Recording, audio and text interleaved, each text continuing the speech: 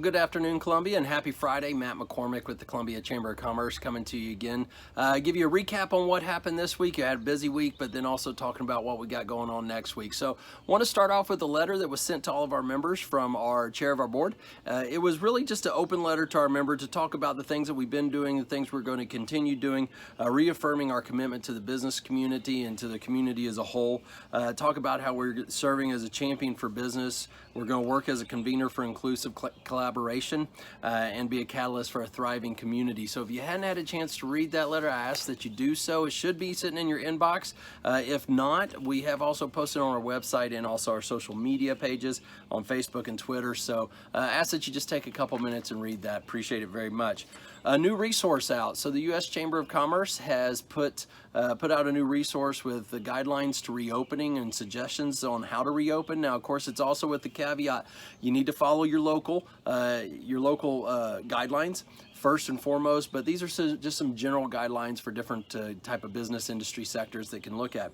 One of the things I found really helpful in there as you're going through it, there's a great document that has questions on it. And so these are questions to ask your employees as you start bringing your employees back to work to help keep them safe, help keep everybody else in your organization safe. So I found that very helpful. So make sure you take a look at that, and we have all that, we have that link up on our website as well.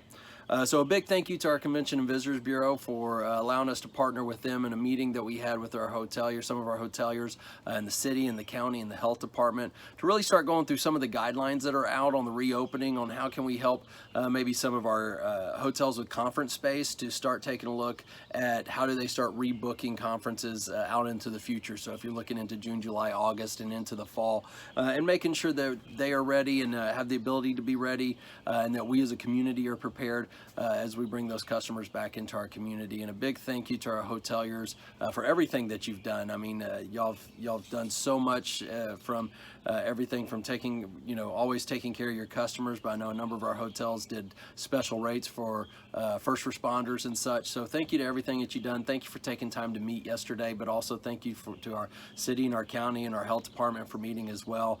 We had a good conversation, found some solutions, answered some questions. Hopefully we can start moving some things forward for our conference centers and our hotels with conference space. So be looking for some information coming out on that soon. So next week, 2 events to take a look at. One, we have our chamber webinar. We're continuing our chamber webinar series. So on Tuesday at 11 o'clock, we have our next webinar. We're going to be focusing on business liability. So we have the U.S. Chamber coming to talk. They're going to be speaking about some liabilities, some new legislation that's out, but then also some temporary legislation to help protect you as a company. And what this is as you start bringing your employees back, but also while you start as you're starting to let your customers back into your place of business, and making sure that you're covered and taking care of everything that you need to take care of to keep your company and your organization safe. Then on Thursday the 21st from noon to 1, University Extension has a webinar, and they're going to have a panel, and you need to check this out as Resilience and Recovery, Business and Law Topics for Navigating the COVID-19 Economy. They've got a great panel of folks on there. It's going to be people from their law schools, and there's business schools from the different campuses within the system. So that's noon to 1. There's no charge for that, so make sure you take a look at that. And as always, Columbia, thank you for everything that you've done to Boone County and all our businesses within the whole region. Thank you for all that you've done.